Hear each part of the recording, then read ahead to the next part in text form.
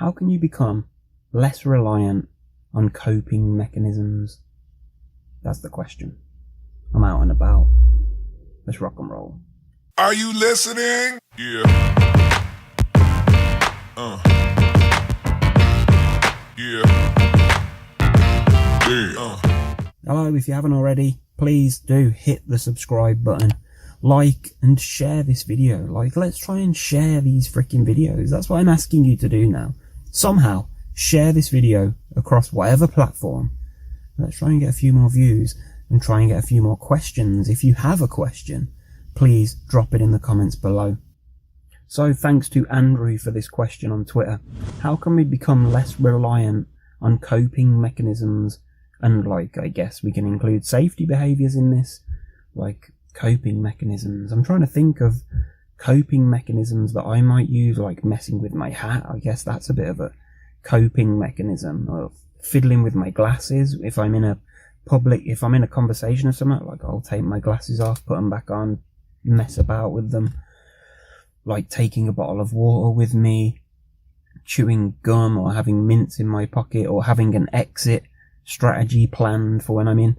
Now, for me, the only way that you can become less reliant on these things is to just test yourself and not use them. And then, when you do that, you build up this confidence and knowledge and history and evidence that when you don't use the coping mechanism or the safety behaviour, nothing bad really happens. Because that's the key. You think that whatever the coping mechanism is that you're using, that you're becoming reliant on, you think that that is preventing something bad from happening. So, I don't know, maybe you go out for a walk without a bottle of water, or without your safe person, you think, or without your mobile phone, you think that that is going to create more anxiety. You're going to be in more danger because you haven't got those things with you. Where the reality is that it makes no difference whatsoever. No difference at all.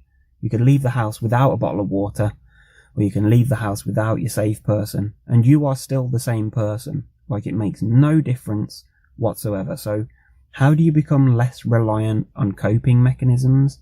You stop using them and build evidence to show that there is no difference in the outcome at all when you don't use them.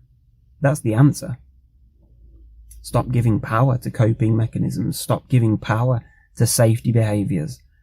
Because, in theory, they can create more anxiety when you don't have them. So if you forget to take something with you, or if it's impossible for you to use a coping mechanism that you believe and think is somehow keeping you safe or preventing danger, if you forget that or you can't access it, then that creates more anxiety. So the key is stuff your coping mechanisms and stuff your safety behaviours, because the reality is that they make no damn difference. Next question.